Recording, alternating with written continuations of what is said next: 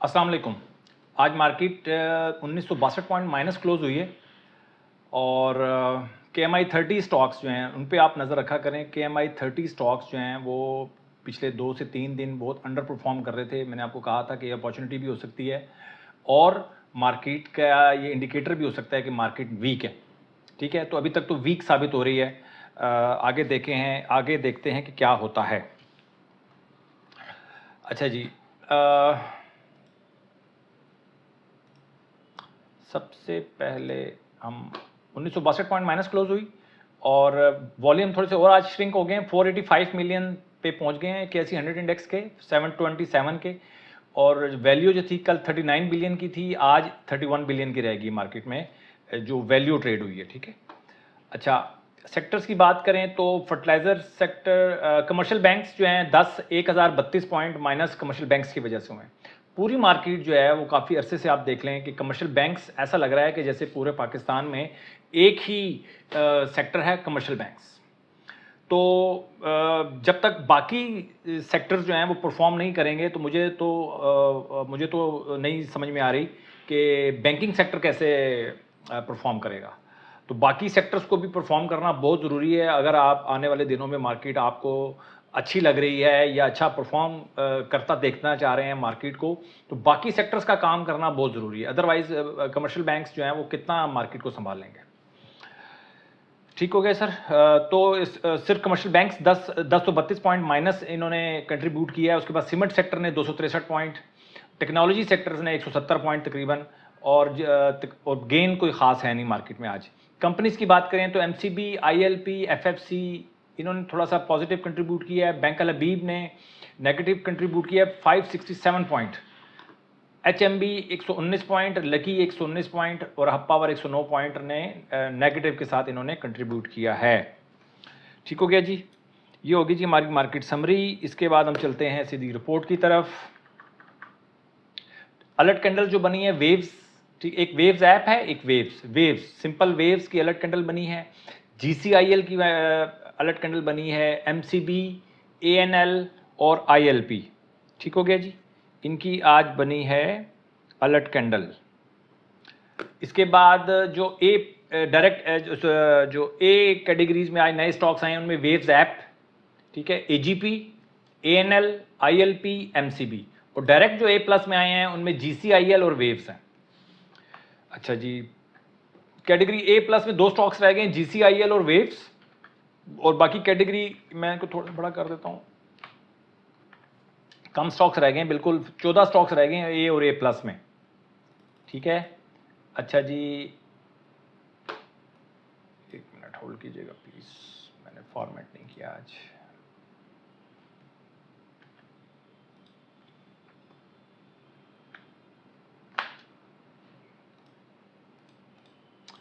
अच्छा जी,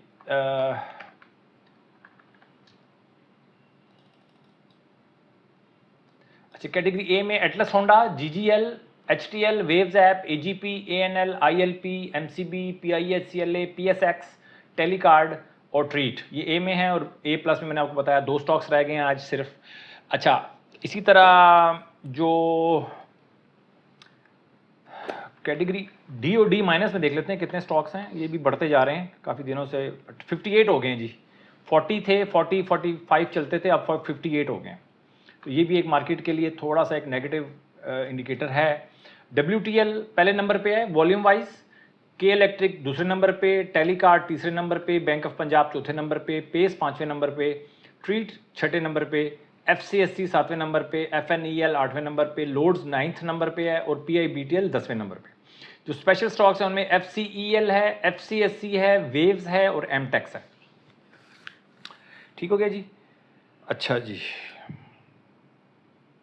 ये भी हो गया, ये भी हो गया, ये स्पेशल स्टॉक्स। अच्छा जी, उसके बाद हम KMI30 की तरफ जाते हैं। बहुत इंपॉर्टेंट रिपोर्ट है ये, इसको आप देखा करें। कोई भी स्टॉक इस वक्त जो है, हाँ, पायनियर सीमेंट की अलर्ट कैंडल हमारी बाइंग ट्रिगर हुई है 239 रुपये 10 पैसे में, 229 रुपये 82 पैसे क्लोज हुआ है, 10 रुपये नीचे। ठीक हो गया। अब हम देखते हैं कि ये हमारा स्टॉप लॉस इसमें हिट होता है या नहीं होता। इसके अलावा कोई भी आज अलर्ट कैंडल नहीं बनी। तो 30 कंपनीज अच्छी कंपनीज हैं, काफ़ी दिनों से अंडर परफॉर्म कर रही हैं, तो इस रिपोर्ट के ऊपर भी आपने नज़र रखनी है लाजमी, ठीक है। ये अपॉर्चुनिटी भी है कि दोबारा हो सकता है कि इसके अंदर हमारी बाइंग ट्रिगर होना शुरू हो जाए, तो आपके लिए एक न्यू एंट्री पॉइंट एक बन जाए आपका, ठीक है। तो फॉलो तो आपने करना नहीं होता, मुझे नहीं पता कि आप क्या चीज़ फॉलो करना चाहते हैं, आई डोंट नो, बट मैं समझता हूँ कि आप ये क्लासिक को फॉलो करें या टीकेटी को फॉलो करें या वट कुछ और फॉलो करें, कुछ ना कुछ फॉलो करें। रैंडम बाइंग करने से इनडिसिप्लिन अगर आप रहेंगे स्टॉक मार्केट में तो बहुत बुरा फंसने वाले हैं आप। डिसिप्लिन सबसे मुश्किल काम है, डिसिप्लिन रूल बेस्ड ट्रेडिंग करना, ठीक है। रूल बेस्ड ट्रेडिंग, ये मेरा लफ्ज़ याद रखिएगा, रूल बेस्ड ट्रेडिंग। जैसे आप कोई भी जॉब करते हैं, कोई भी बिजनेस करते हैं तो रूल बेस्ड होता है, उसमें कुछ रूल्स होते हैं, कुछ रूल्स रेगुलेशंस होते हैं। बहुत कम मतलब आप रूल्स रेगुलेशंस को आप बाईपास कर सकते हैं। तो इसी तरह स्टॉक मार्केट के अंदर भी आपको रूल बेस्ड ट्रेडिंग या रूल बेस्ड इन्वेस्टमेंट ही करनी पड़ेगी अगर आपने पैसा बनाना है स्टॉक मार्केट से, ठीक है। अच्छा जी, ये हो गया जी हमारा KMI 30 में कोई आज खास काबिल ज़िक्र कोई चीज़ नहीं है। इसके अलावा अब हम डिस्कस करते हैं ANL चार्ट्स को डिस्कस करते हैं। ANL तकरीबन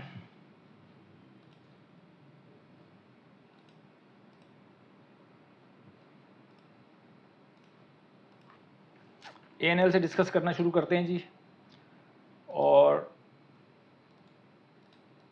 ANL में आज अलर्ट कैंडल बनी है सर, लेकिन थोड़ी ऊपर जाके बनी है, 13 रुपये 13 पैसे क्लोज हुआ है। 13 रुपये 70 पैसे से ऊपर जाए तो आपने बाइंग करनी है, अदरवाइज आपने खामोशी से बैठे रहना है, देखते रहें क्या हो रहा है मार्केट के अंदर। इसके बाद के इलेक्ट्रिक का आज छठा दिन है जी, छठा दिन है, और आज जो 45 की मूविंग एवरेज तोड़ी है इसने आज अच्छा नहीं किया। और अब आपको टी का ही इंतज़ार करना पड़ेगा कि 60 की मूवी RSI क्रॉस करेगी तभी आपके इलेक्ट्रिक में बाई करेंगे। लेकिन अगर आपको जल्दी है कि इलेक्ट्रिक में बाइंग करने की, तो मतलब बोझल दिल के साथ मैं आपको बता सकता हूं कि आप आवरली चार्ट में जाके आप आवरली में अगर 60 क्रॉस करे या 65 क्रॉस करे तो आप बाई कीजिएगा, क्योंकि पहले आवरली में ये इसकी अलर्ट कैंडल बनेगी, उसके बाद डेली टाइम फ्रेम पे बनेगी। तो मेरी माने तो डेली टाइम फ्रेम का इंतजार कर लें तो ज़्यादा बेहतर है। आवरली में अलर्ट कैंडल्स बनती रहती हैं जल्दी, डेली में ज़रा थोड़ी देर से बनती है, ठीक है। इसके बाद है जी टेलीकार्ड के अंदर भी एक्टिविटीज़ हैं अच्छी खासी, सुपर ट्रेंड में है, इंतज़ार करें। आवरली टाइम फ्रेम पे ही आपने इसके अंदर एंट्री लेनी है। 4 से 5 कैंडल्स आवरली में भी इसकी आज नेगेटिव बन गई हैं, थोड़ा इंतज़ार कर लें तो इसकी आवरली में ये काबू में आ जाएगा। टेलीकार्ड अभी आवरली में काबू में नहीं आया। के इलेक्ट्रिक डेली में काबू में आया हुआ है, टेलीकार्ड आवरली में भी अभी काबू में नहीं आया। अलर्ट कैंडल अगर आपको नहीं पता, मेरी कुछ लैंग्वेज कुछ टेक्निकल टर्म्स आपको नहीं पता, तो इसी वीडियो के डिस्क्रिप्शन में जाएं, 4 वीडियोज़ हैं टी के हवाले से, वो आप देख लें, आपको सारे मसले आपके हल हो जाएंगे, किसी मेंटोर की ज़रूरत नहीं पड़ेगी, आप खुद ही स्टॉक मार्केट में इंडिपेंडेंट इन्वेस्टमेंट कर सकेंगे। ये बात आप नोट कर लीजिएगा, ठीक है। अच्छा, कुछ थोड़ा सा आप 2-4 दिन दे दें सीखने के लिए, आपके लिए ज़िंदगी आसान हो जाएगी। बैंक ऑफ पंजाब की बात करें तो डेली टाइम फ्रेम पे अभी बहुत तेज़ी में है, बहुत दूर है अभी, यानी कि अपवर्ड ट्रेंड में है। आवरली में काबू में आ गया बैंक ऑफ पंजाब। आवरली में इसकी जो RSI है 48 क्लोज हुई है। अगर आवरली में 65 किसी भी कैंडल पे क्लोज होता है तो आप उसके हाई के ऊपर बाय कर सकते हैं, बट अभी अब आपने वेट करना है और अलर्ट कैंडल इसकी बनने देनी है आवरली में, ठीक है। बैंक एक किसी कमेंट किया था कि आप बैंक ऑफ पंजाब को बड़ा डिसलाइक करते हैं। भाई मैं क्यों डिसलाइक करूंगा, 600 प्लस 600% ये अपना स्टॉक जो है ये बढ़ चुका है, इतना अच्छी परफॉर्मेंस दे चुका है। इसकी मैं मिसालें दे रहा हूँ लोगों को कि आप 50% को ज़्यादा समझते हैं या 100% को ज़्यादा समझते हैं, 500-600% भी स्टॉक मार्केट में नॉर्मली बढ़ जाते हैं स्टॉक्स। तो मैं क्यों भाई किसी को डिसलाइक करूंगा, बहुत अच्छा स्टॉक है। सिर्फ ज़्यादा डिस्कस करने का मतलब ये नहीं होता कि लोग किसी तरह किसी हाई लेवल के ऊपर लोग फंस ना जाएं, क्योंकि लोग 10-15-20% के लिए काम करते हैं। इन रेट्स के ऊपर फंस जाने से हो सकता है कि बहुत बड़ा नुकसान कर दें लोग।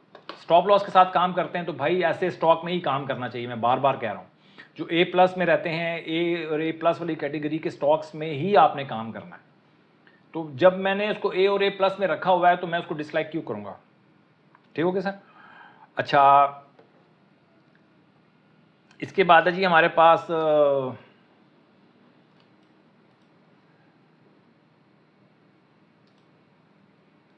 अच्छा जी, इसके बाद है जी हमारे पास बैंक ऑफ पंजाब हो गया, ट्रीट।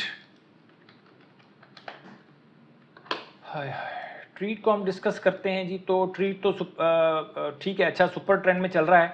आवरली में हम देखते हैं तो आवरली में हो सकता है कि अभी काबू में नहीं आया। आज इसकी RSI क्लोज हुई है 61, तो थोड़ा सा और नीचे आने दें। 60 से नीचे जब जाएगा तो ये काबू में आ जाएगा और उसके बाद 65 क्रॉस करेगा तो आपको इसको बाय करना पड़ेगा। ट्रीट, टेलीकार्ड, इनमें कुछ मुझे लग रहा है कि यार ये स्टॉक्स बेहतर हैं, इस मार्केट में अच्छा परफॉर्म कर रहे हैं। ठीक है, अगर काम करना ही है तो टेली में कर सकते हैं, ट्रीट में कर सकते हैं, आवरली टाइम फ्रेम पे कर सकते हैं। लोड्स जो है वो थोड़ा सा नीचे आ चुका है, आज थोड़ा सा इसने लड़ाई ली है लोड्स ने, और आवरली टाइम फ्रेम पे ही अब आपने इसको, अगर आपने बाय करना है तो आवरली टाइम फ्रेम पे जाकर उसको बाय करेंगे। 65 की RSI क्लोज हो, उसके हाई के ऊपर आपने बाय करना है।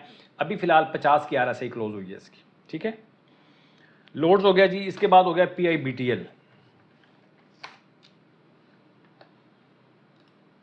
PIBTL भी 3 दिनों से कंसेक्यूटिव गिर रहा है और डेली में तो अभी काबू में नहीं आया, डेली टाइम फ्रेम पे अभी तेज़ी में है, बट आवरली में ये काबू में आ चुका है। और आवरली में PIBTL अगर आवरली में अगर ये बढ़ता है तो तब आप इसको बाय कर सकते हैं।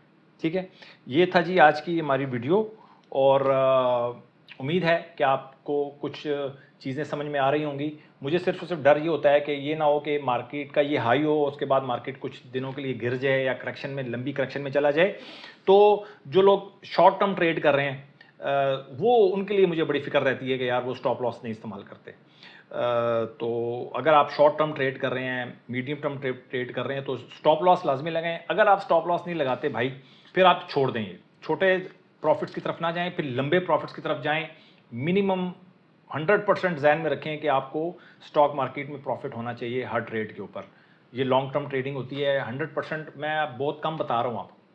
100% जब आपको प्रॉफिट हो जाएगा ना, वहाँ पर आप जाके डिसाइड करें कि यार आप इसको अपने बढ़ते रहने देना है या इसको अपने प्रॉफिट को स्टॉप करना है। तो ये जहन में रखें। 50% तो वैसे ही मैं आपको वैसे चारा डालने के लिए कहता हूँ। मिनिमम 100% प्रॉफिट स्टॉक मार्केट में कुछ नहीं है।